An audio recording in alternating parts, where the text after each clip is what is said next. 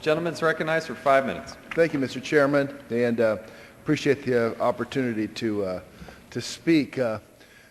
Earlier this evening, or I should say last night, I had a teletown hall meeting, and I do this once a week. And generally, what I do is I ask them, and we talk about what we're doing here on the floor today, trying to create jobs through reducing the size of our federal government. So I open it up and ask people, what would you cut?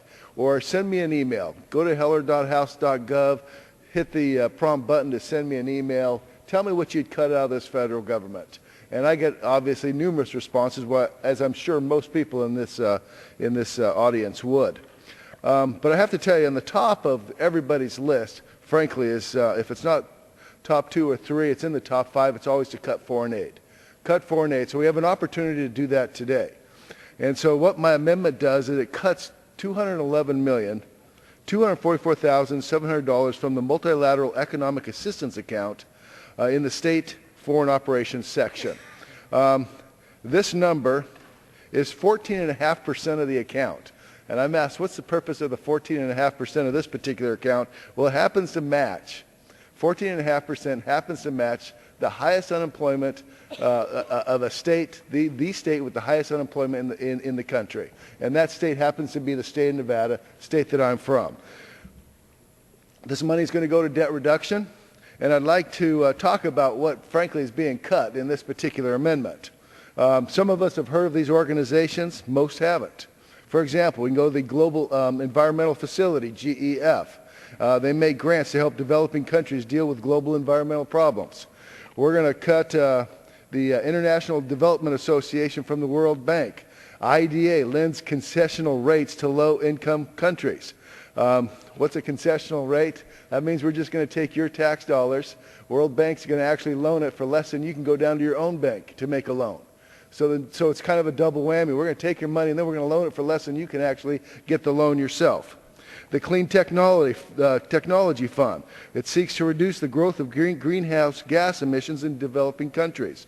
The Strategic Climate Fund, seeking to address climate change and under the auspices of the World Bank. We can go through the list.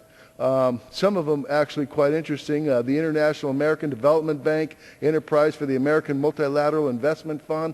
I don't know how many people have heard of many of these, but this is where your tax dollars are going in this foreign aid. How about the Asian Development Fund? I wonder if some Asian country gets a concessional rate, China perhaps, to buy our own government securities with. The African Development Fund, the International Fund for Agricultural Development. We can go on and on. International organization and programs, international financial institutions. My point is here, Mr. Chairman, is it is not our jobs to create. It is not our responsibility to create jobs in foreign countries. Our job is to create jobs right here at home. And I choose America first. And I think that's what our constituents are asking. In this process, do you choose American first over foreign aid to some of these other countries? I choose America first. I choose Nevada first. And I think when our nation is facing some significant budget crisis and many Americans' needs are still unmet, the fact that Congress continues sending so much money overseas is unconscionable. And I believe the federal government is responsible to Americans before any other country, and I support reducing foreign spending and strongly urge all my colleagues to support my amendment, and I yield back. Gentleman yields back.